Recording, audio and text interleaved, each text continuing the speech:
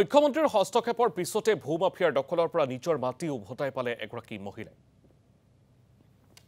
Doctor Himanta Biswa শৰ্মাৰ কাঢ়া নিৰ্দেশৰ পিছত আৰক্ষী অধীক্ষক নুমল মাহাত্তাই ভূমাফিয়াৰ কবলৰ পৰা উদ্ধাৰ কৰে মহিলাগৰাকীৰ ভূমি।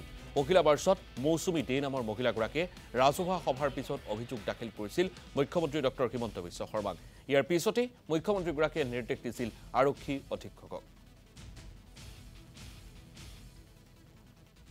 প্রথম তো স্যার আমি যে মাননীয় মুখ্যমন্ত্রী স্যারে আমি বিশেষভাবে ধন্যবাদ।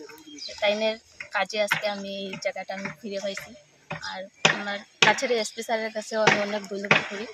আর আমার পুলিশ প্রশাসনকেও অনেকভাবে ধন্যবাদ। সবার সাহায্যে এবং আশীর্বাদে আমি আজকে জায়গাটা পাইছি। আমি অনেক আনন্দিত হয়েছি। স্যারের সিএম স্যারের আজকে এতটুকু আমি জায়গাটা পাইছি, অনেক আনন্দ। আমার তো 2008-এ আমার মা এই জায়গাটা কিনছিল। তো 2022 ইংরেজিতে তাই না আমার স্বামীর কাছে জায়গাটা বিক্রি করছিল। তখন এই জায়গাটা গাঁতা জায়গা আসছিল। তারপরে আমরা এখানে মাটি ভরাইছি, রাস্তাও ডোনেশন দিয়ে আস্তে আস্তে বানানো হয়েছে।